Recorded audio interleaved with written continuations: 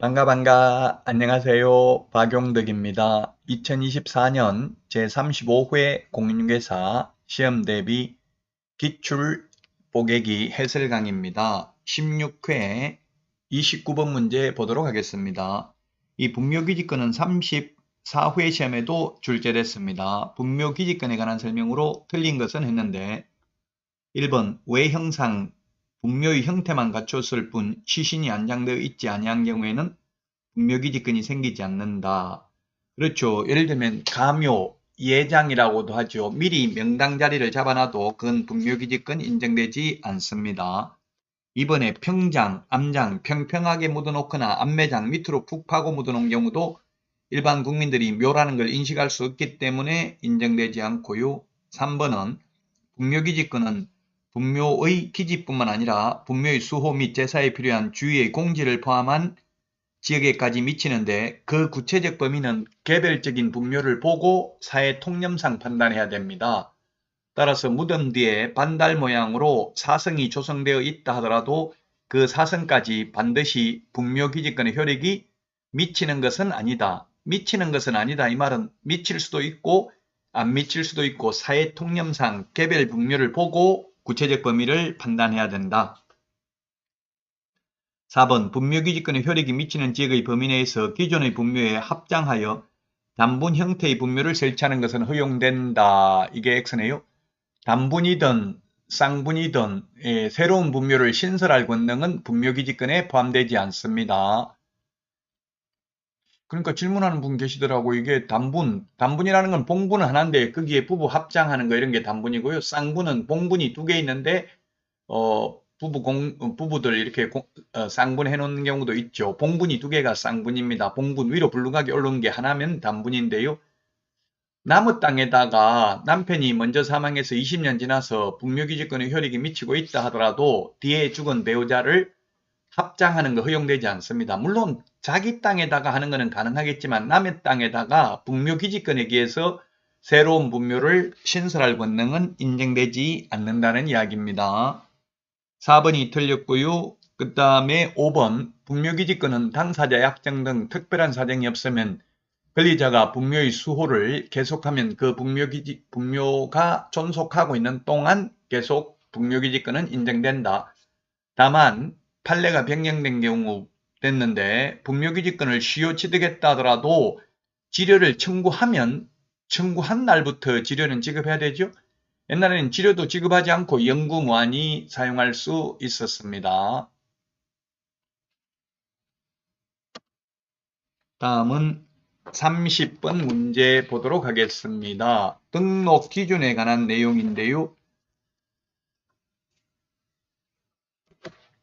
옳은 것을 모두 고른 것입니다. 옳은 것을 모두 고른 것은 했는데 기업, 상법상 회사 또는 협동조합 기본법에 의한 협동조합이어야 합니다. 그리고 자본금 5천만 원 이상이어야 합니다. 현재는 자본금 5천만 원 이상입니다. 이게 삭제된다고 입법 예고는 2번이나 되는데 아직도 삭제되지는 않았습니다.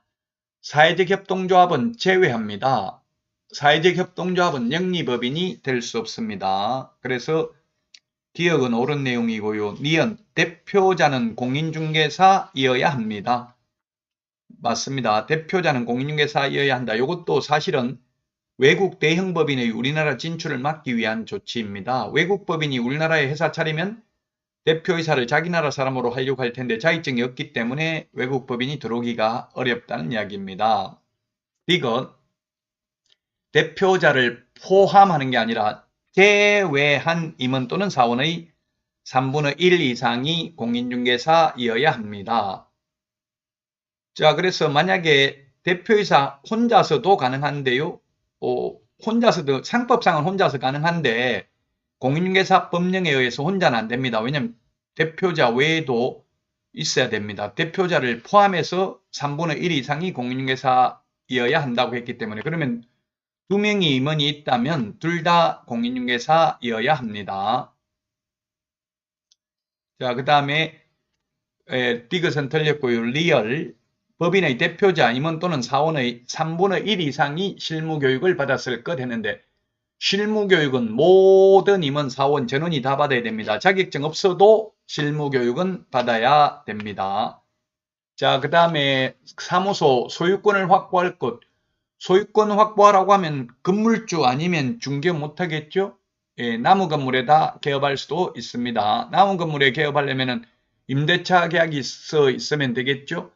사용권만 확보하면 됩니다. 물론 자기 건물이라도 상관없지만 나무 건물도 가능하다는 이야기입니다. 중개사무소 면적 제한은 없습니다. 30제곱미터 미만인 경우 1종 건생에도 가능하고요. 2종 건생, 업무시설, 판매시설에서도 중개사무소 가능합니다.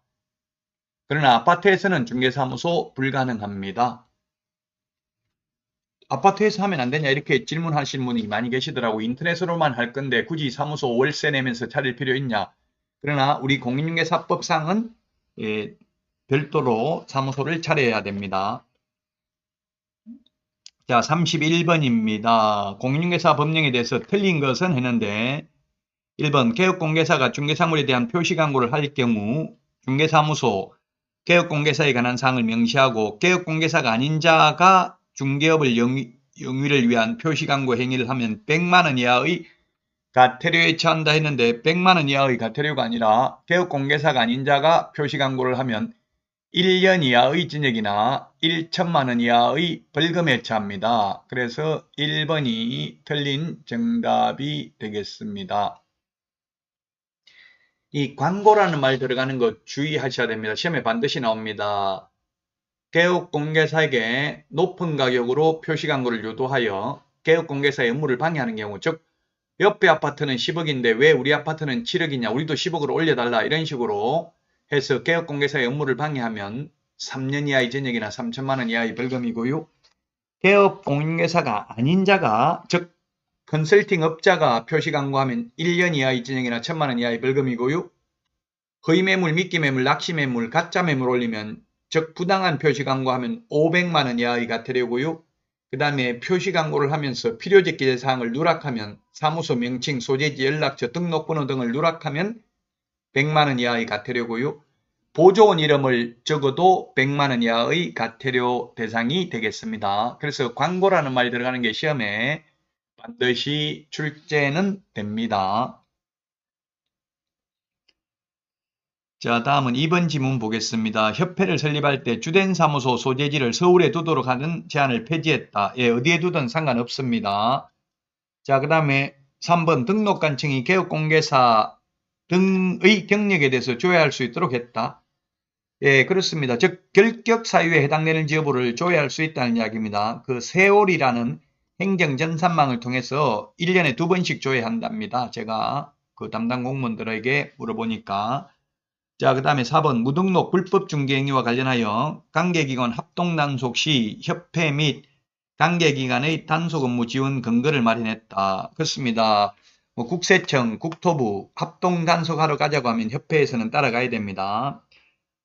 5번 보수 지급 시기를 대통령령으로 정하도록 하고 개업공개사에 대한 실무 수습 제도를 도입하는 등 제도 개선을 통해서 소비자 이익을 보호하고 중개 질서를 확립하였다. 예, 중개보수 지급 시기는 당사자의 약정이고 약정이 없으면 잔금 치를 때 거래 대금 지급이 완료된 때 중개보수를 지급하는 게 원칙이고요. 자, 그 다음에 실무 수습이라는 것은 별도로 중개사무소에 가서 근무해야 되는 건 아니고요. 실무 교육을 받을 때 실무 수습이 포함되어 있습니다. 따로 경력을 쌓아야만 개업할 수 있는 것은 아닙니다. 실무 교육만 받으면 됩니다. 자, 그러면 다음 문제 보도록 하겠습니다. 32번 문제입니다. 틀린 것입니다. 1번 환매 등기가 있는 경우 환매 등기 사실과 환매 등기의 위험성을 알려준다. 네, 그렇죠. 환매 등기라는 건 다시 살 수 있는 게 환매 등기죠. 자세한 거는 등기법에서 할 거고요. 어쨌든 환매 등기가 있으면 그 위험성도 알려줘야 되고요. 자, 그 다음에 2번 등기 기록에는 부동산의 표시에 관한 사항을 기록하는 표제부와 소유권에 관한 사항을 기록하는 갑구, 소유권 이외의 권리관계를 기록하는 을구가 있죠. 을구. 예, 그렇습니다. 그래서 시험에 가압류, 가처분 등기가 되어 있으면 등기부 갑구를 봐야 된다, 얼굴을 봐야 된다. 시험에 나왔는데 답은 해당 구 사항란을 모두 봐야 됩니다. 소유권에 대한 가압류가 되어 있으면 갑구, 제한물권에 대한 가압류가 되어 있으면 얼구에 나타나겠죠. 여러분들이 만약 처음 공부하시는 분이라면 이런 등기사항증명서, 토지대장, 임야대장, 건축물대장 이런 용어가 나오면 직접 행정관청에 가서 그 서류를 떼가지고 발급받아가지고 한번 눈으로 보는 게 공부하는 데 많은 도움이 될 겁니다. 꼭 한번 미리 좀 발급받아 보시기를 권장드리겠습니다.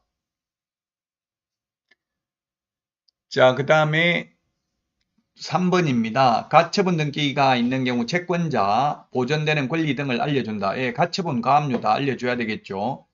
자, 그 다음에 4번에 가등기가 있는 경우 가등기에 기한 본등기보다 제3자가 소유권 이전 등기를 먼저 격려하면 가등기의 효력은 상실된다고 알려준다. 잘못했네요.